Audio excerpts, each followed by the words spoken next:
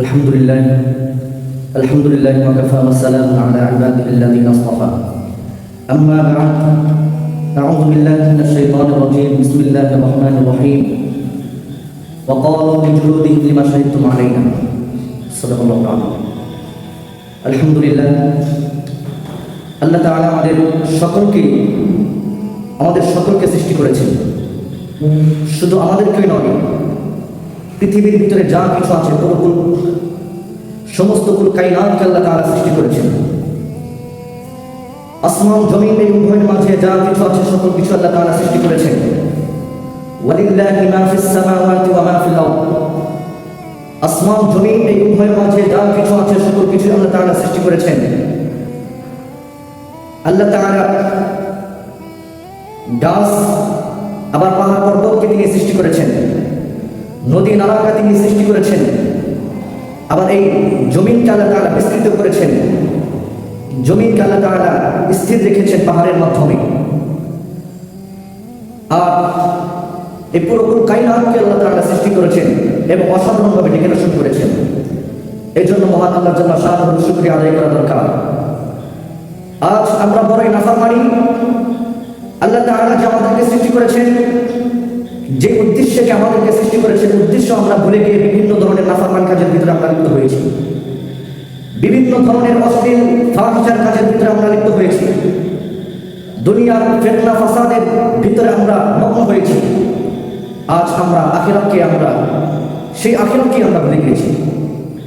অথচ পয়গম্বর সাল্লাল্লাহু আলাইহি ওয়াসাল্লাম বলেছেন, ইউহিব্বুনা আদ-দুনিয়া ওয়া ইয়ানসাউনা আল-আখিরাহ। হে সাহাবারা, তোমরা শুনে রাখো, এমন একটা সময় আসবে ইউহিব্বুনা আদ-দুনিয়া ওয়া ইয়ানসাউনা আল-আখিরাহ, যে মানুষের দুনিয়ার প্রতি অতিরিক্ত ভালোবাসা জন্মে থাকবে, মানুষের দুনিয়ার প্রতি মহব্বত থাকবে, ওয়া ইয়ানসাউনা আল-আখিরাহ, এবং আখিরাতকে সে ব্যক্তি ভুলে যাবে।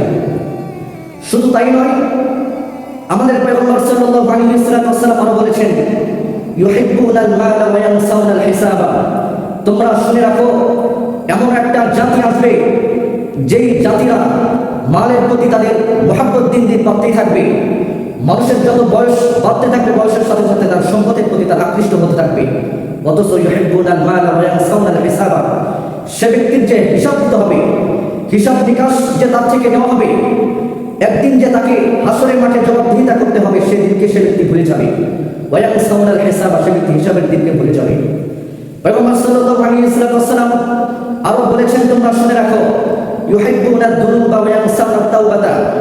এমন একটা সময় আসবে যেদিন সমস্ত মানুষরা, আমার উম্মতেরা, ইউহিব্বুনা আদ-দুনুবা, মানুষের অতিরিক্ত গুনাহের প্রতি আকৃষ্ট হয়ে থাকবে, গুনাহের প্রতি তার ভালোবাসা জন্মে থাকবে, গুনাহের প্রতি সে ব্যক্তি আকৃষ্ট হয়ে যাবে।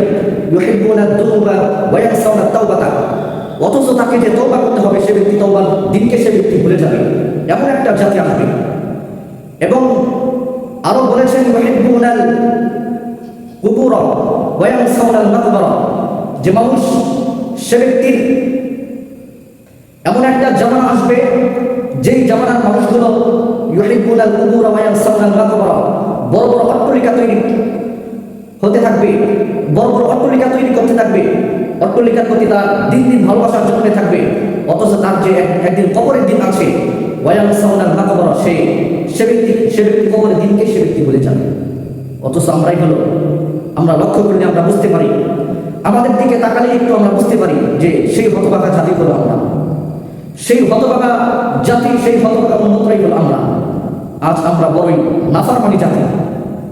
এই জন্য তো একদিন আমাদেরকে হিসাব দিতে হবে এবং আমাদেরকে